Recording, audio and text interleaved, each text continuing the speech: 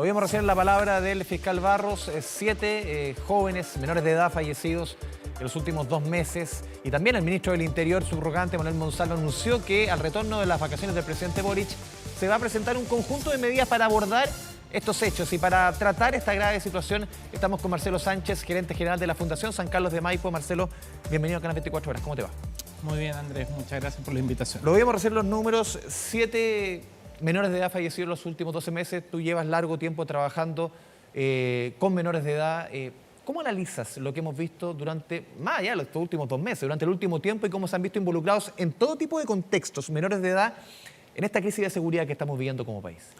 A ver, yo creo que finalmente los niños están pagando el costo de la delincuencia. Y acá hay que ser muy claro, la delincuencia ha ido cambiando y ha cambiado gravemente, vinculada al crimen organizado y particularmente al narcotráfico. Los últimos 5 años el narcotráfico ha mutado radicalmente y está incorporando estrategias que son propias del narcotráfico internacional. Eso quiere decir que el cambio en las rutas de las principales drogas, como por ejemplo la introducción de la marihuana creepy, que hace que entren acá asociaciones vinculadas a carteles internacionales de Colombia, de México, de otros países, lo que ha ido instalando es una disputa territorial cada vez más fuerte que fue catalizada durante la pandemia y donde fueron sacando a los microtraficantes que tradicionalmente estaban en ciertos territorios y introduciendo además armas de grueso calibre, introduciendo además el reclutamiento de niños y jóvenes en bandas delictivas, que es una estrategia que utiliza el narcotráfico internacional. Tú justamente hace un par de días escribías una columna en el diario La Tercera, si no me equivoco. Sí. Claro, a razón de lo que estamos viviendo, y explicabas muy bien con números de cómo opera al final, cómo es ello a través, incluso una de las fórmulas, a través de los jóvenes, de los niños, tener control sobre el territorio, sobre las familias, por ejemplo. El narcotráfico opera donde hay brecha, donde hay quiebre de la cohesión social. Para quebrar la cohesión social de una comunidad, para que los vecinos desconfíen unos de otros, lo primero que hace es capturar a los niños. Cuando yo capturo en una banda criminal a un hijo, a un sobrino, a un nieto, ¿tú crees que un vecino va a colaborar con la autoridad? Inmediatamente controla a la familia. Controla a la familia. Y cuando controla a la familia, los vecinos ya no confían en esa familia. Y por lo tanto logran una verdadera impunidad social. Por eso que el narcotráfico, que son organizaciones que sociológicamente ya han aprendido a desarrollar su negocio, miras tú la experiencia internacional y el quiebre de la cohesión social es fundamental. Y para eso secuestran lo más importante que tiene una comunidad, que son los niños. Y eso es lo que están haciendo. Por eso que cuando uno mira las estadísticas y dice, no, estos niños son delincuentes y estos niños son víctimas, es una distinción artificial. ¿Por qué? Porque finalmente los dos niños, los dos grupos de niños, algunos reclutados por el narcotráfico y los otros víctimas de las circunstancias del contexto en donde ellos se están apoderando, finalmente logran, a través de esa estrategia, la impunidad social que quiere el narcotráfico, que finalmente utiliza a esos niños. Los primeros que caen son los niños. Los primeros que abandonan son los niños. Sí, tú ponías el concepto como del niño delincuente. Muchas veces se trata de niños, ustedes lo han trabajado también muy bien, que es el contexto donde se han movido siempre.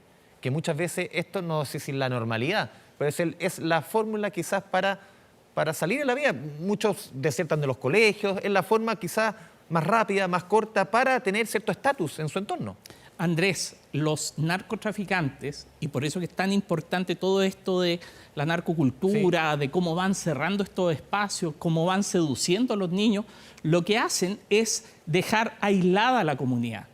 No entra el red después de las 4 de la tarde, los servicios no se instalan, las empresas ya no llegan, no hay oportunidades laborales, donde finalmente los niños tampoco tienen esas opciones y ya que no van a ser deportistas, ya que no van a salir en la élite. Bueno, el narcotráfico llega con una serie de simbologías culturales, empieza a reclutar a esos niños con otros niños que participan en estas bandas delictivas. Les pasa un fierro a los niños, les pasa un arma hechiza, de esas que te puedes conseguir en la cola de una feria por menos de 50.000 pesos. Y los niños empiezan a usar esas armas, a ganar poder, a tener reconocimiento, a adherir a este sistema de pertenencia donde desde la ropa, la cultura, etcétera, van siendo reconocidos, van desarrollando una carrera que finalmente normaliza esos grados de violencia.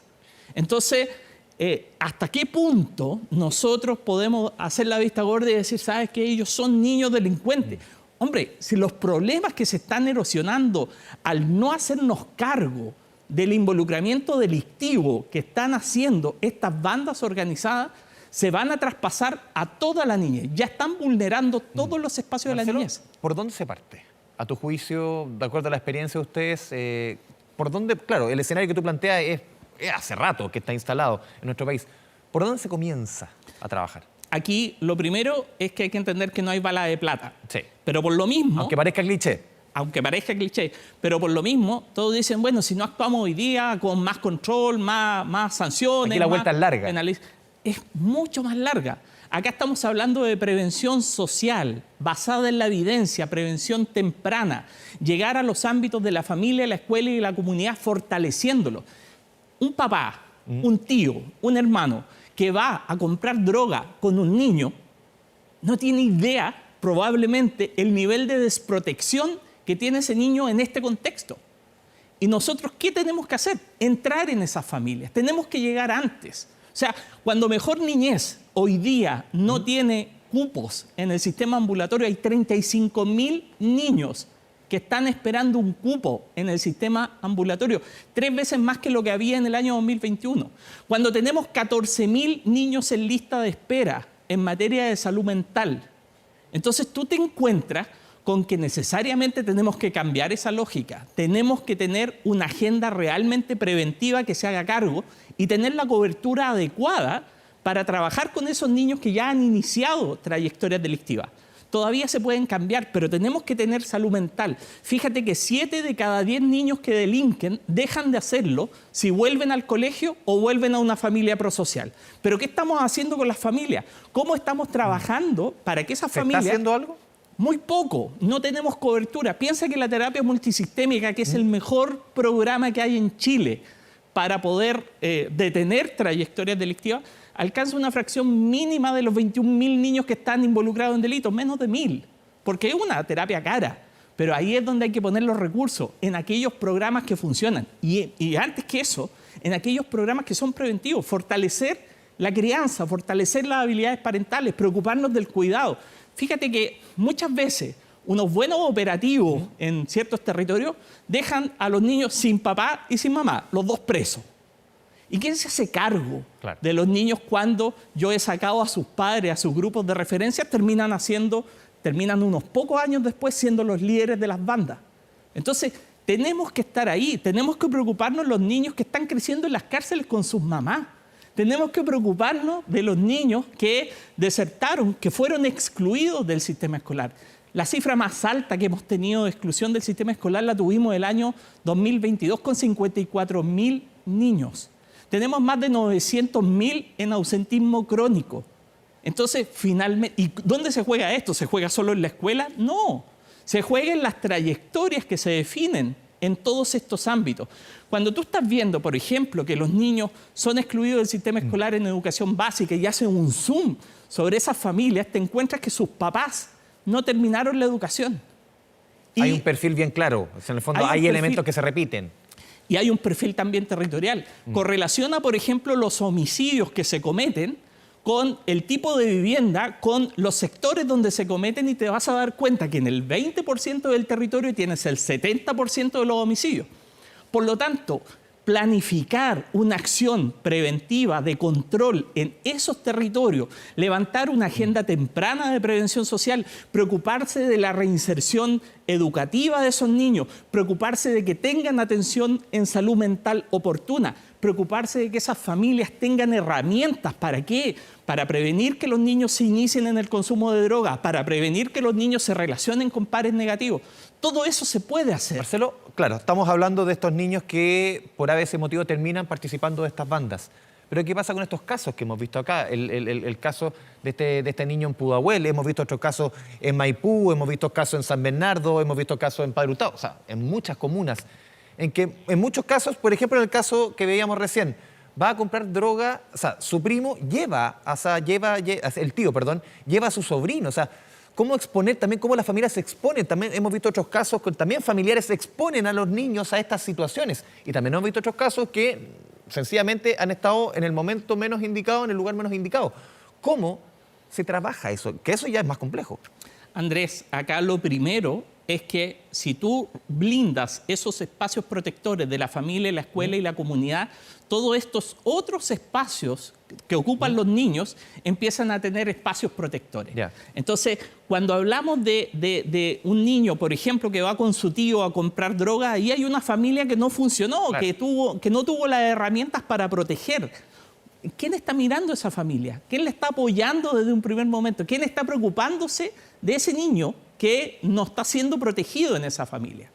¿Quién está Y el preocupándose? tío era de 18 años, tampoco era, o sea, estaba ahí. Y al probablemente borde. tampoco, Claro. y en su historia, Traía- tampoco tuvo conductas Por protectoras eso. hacia la niñez. Se van Entonces, repitiendo modelos quizás también. se van repitiendo modelos. Fíjate que el 40% de las personas que hoy día están privadas de libertad tuvieron un papá, una mamá o un adulto responsable preso.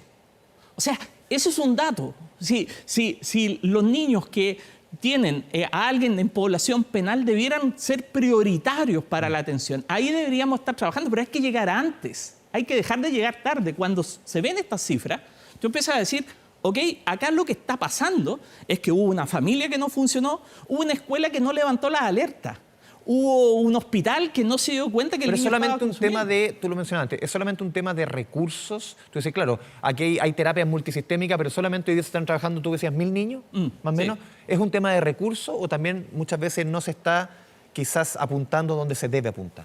O sea, lo primero que hay que entender es que el 54% de toda la oferta que se dedica en niñez es una oferta que tiene malos resultados o apenas suficiente. Ya. Por lo tanto, se invierte o se gastan muchos recursos que no tienen resultados, que no tienen evidencia. Es decir, acá no se trata de aumentar el presupuesto público para hacerlo. Se trata de ver qué funciona, qué no funciona y reasignar los recursos. Eso es lo primero. No es un problema de recursos. Es un problema de decisión política, de ver qué está funcionando y qué realmente va a cambiar trayectoria de los niños. El segundo elemento es que tampoco son solo recursos. Acá tiene que ver con un rol de garantes. Fíjate que paradójicamente nosotros tenemos una ley de protección integral de la niñez. Hemos creado un conjunto de leyes especializadas. Se creó la Subsecretaría de la Niñez, se creó la Defensoría, se especializaron los servicios. Se cambió el Sename, se ha hecho toda una remodelación que al final tú lo ves que Es llega una a puerto. paradoja, porque tenemos hoy día ¿Ya? muchas leyes que en el papel funcionan maravillosamente, pero que en la práctica no hay mecanismos de exigibilidad de esas leyes. ¿Cómo garantizamos realmente que esa familia que necesita hoy día un apoyo en salud mental para su hijo, que esa abuelita que le dicen que sabe que su hijo tiene que delinquir para que reciba, o su nieto tiene que delinquir para que reciba una atención, pueda recibirla oportunamente? ¿Cómo lo hacemos? Tenemos todos los instrumentos legales, pero no tenemos mecanismos de exigibilidad. ¿Cómo hacemos que se cumpla la ley? ¿Cómo los garantes hacen la pega? ¿Cómo los jueces de familia hacen la pega? ¿Cómo los servicios cumplen? ¿Cómo no vamos engrosando las listas de espera? Hoy día los niños importan, porque se ha hablado mucho en cuántas campañas políticas, los niños primero en la fila, aquí, todos los colores políticos. ¿Los niños hoy día le importan al Estado? Yo creo que están muy al margen de las políticas públicas. Son el grupo más vulnerado. Tú mira la CACEN.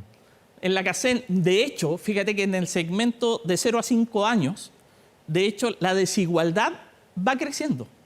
La pobreza va creciendo. La pobreza multidimensional es de las más altas. Y hay diferencias territoriales que son brutales. Es distinto si nace en el norte que si nace en la Araucanía, que si nace en el centro.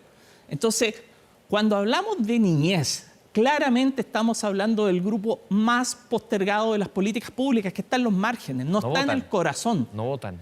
Y más allá de eso, o sea... Es que muchos han dicho ese argumento, que los niños no votan y al final repercute en que poco se mira. Claro, pero es que a lo mejor el sentido inverso diría, ya, hagámoslos votar. Finalmente podría ser una instrumentalización. No te estoy diciendo que te deban votar, sino que en el fondo el mundo político muchas veces responde a incentivos. De todas maneras, pero... Y fíjate, ¿por qué hoy día estamos hablando de niñez? Porque hoy día estamos hablando de que ha aumentado un 35% de la participación de niños en bandas delictivas, porque 1 de cada 3 miembros de bandas delictivas son niños. Estamos hablando de que tuvimos la cifra récord de muertes de niños el año 2022 con 54.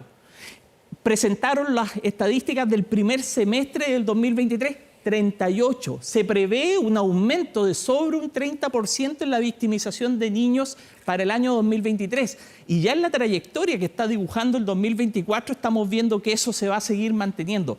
Eso es consecuencia de que no estamos yendo a las causas, que no estamos teniendo una agenda temprana de prevención social, que no nos estamos preocupando de los ámbitos que realmente tenemos que preocuparnos, familia, escuela, comunidad. En esa ecuación tenemos el desistimiento delictivo. Y lo peor de todo es que esto no se aísla. Acá todo es un sistema. Cuando tú tienes niños que están reclutados en estas bandas delictivas, afecta a todo el sector. Así el narcotráfico se democratiza. En poco tiempo más, el narcotráfico ya no va a ser un tema del 20% del territorio.